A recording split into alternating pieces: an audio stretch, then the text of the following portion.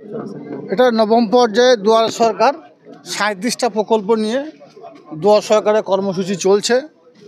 আমাদের নানুর বিধানসভার বিধায়ক আছেন, এখানে আমাদের নানুর ব্লকের জয়েন্ট বিডিও সাহেব আছেন, এখানকার অঞ্চলের প্রধান ম্যাডাম থেকে শুরু করে আমাদের ৩০ গ্রাম পঞ্চায়েত নির্বাচন উত্তীর্ণ সকল জনপ্রতিনিধিরা আছেন, ব্লকের সমস্ত স্টাফরা আছেন। আপনাদের জানা আছে বিগত দিনে সরকারি কোনো পরিষেবা নিতে গেলে গ্রাম পঞ্চায়েত বলুন, পঞ্চায়েত সমিতি বলুন, জেলা পরিষদ বলুন, চক্কর কেটে কেটে মানুষের পায়ের জুতো ক্ষয় হয়ে যেত।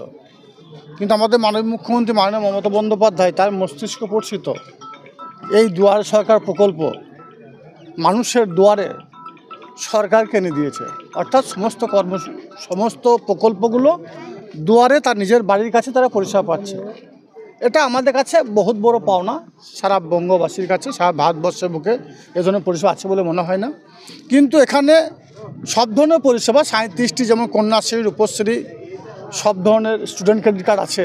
তার সঙ্গে সঙ্গে পরিযায়ী শ্রমিক, আপনাদের মাধ্যমে আমি সমস্ত পরিযায়ী শ্রমিক ভাই যারা আছে, যারা কর্মসংস্থানের উদ্দেশ্যে রাজ্যের বাইরে যারা কাজ করতে যায়, তাদেরকে বলবো এই দুয়ার সরকার প্রকল্পে এসে তারা তার নামগুলো নথিভুক্ত করুক।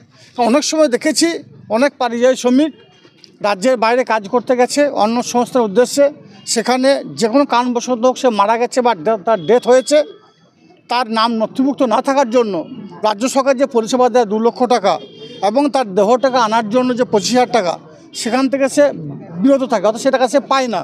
তাই সকলকে আপনাদের মাধ্যমে অনুরোধ করব, দুয়ার সরকার ক্যাম্পে এসে সে আপনাদের নামগুলো নথিভুক্ত করুন। তিনি যদি বাইরে থাকেন তার পরিবার সদস্যরা নামটা নথিভুক্ত করতে পারেন।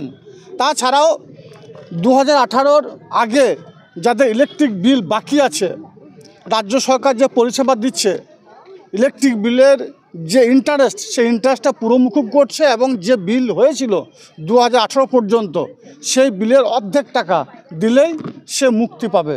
এই ধরনের পরিষেবা কৃষক ভাইদেরকে বলবো, এগিয়ে আসুন। আজকেই দুয়ার সরকার ক্যাম্প এসে আপনাকে টাকা দিতে হবে না, আপনি অ্যাপ্লিকেশনটা করুন, ফর্মটা ফিল আপ করুন, তারপর সময় থাকবে, সেই সময়ের মধ্যে আপনি টাকাটা পরিশোধ করলেই আপনি এই ঋণ থেকে মুক্তি পাবেন। যেটা দেখলাম যে এখানে ICDS এর যারা আছেন তাদেরকে বললেন যে শুধু খাওয়ালে হবে না, খিচুড়ি খাওয়ালে হবে না, বাচ্চাদেরকে শিক্ষা দিতে হবে। কি ভাবনা বা আপনার কাছে কি উঠে এসছে? দেখুন, বিগত দিনে আমরা দেখেছি ICDS সেন্টার যেটা আছে ওটা খিচুড়ি সেন্টার হয়ে গেছে। আমাদের মাননীয় মুখ্যমন্ত্রী মাননীয় মমতা বন্দ্যোপাধ্যায় এ বিষয় নিয়ে বারবার বলেছেন এবং বর্তমানে ICDS সেন্টার যেগুলো চলছে সেগুলো থেকে তাদেরকে ছবি করে পাঠাতে হয়। কারণ ICDS সেন্টারটা শুধু খিচুড়ি খাওয়া সেন্টার নয়, ওখানে বাচ্চাদেরকে পড়াশোনা করানোর জন্য বলা হয়েছে। অর্থাৎ যে বাচ্চারা ICDS সেন্টারে তাদের পুষ্টিকর খাবার খেতে যাবে, সেই সঙ্গে সঙ্গে সেখানে তাদের পড়াশোনা করানোর কথাটাও বলা হয়েছে। সেটা শিক্ষাটা বিগত দিনে হয়নি, সেটাকে আমাদের মাননীয় মুখ্যমন্ত্রী বলেছেন এবং আমরা সেটাও বিভিন্ন জায়গায় ভিজিট করে দেখছি। এখন পড়াশোনা চলছে, তাই ওনাদেরকে বললাম পড়াশোনা করাচ্ছেন তো, শিক্ষা দিচ্ছেন তো, না শুধু খিচুড়ি সেন্টার করে রেখেছেন।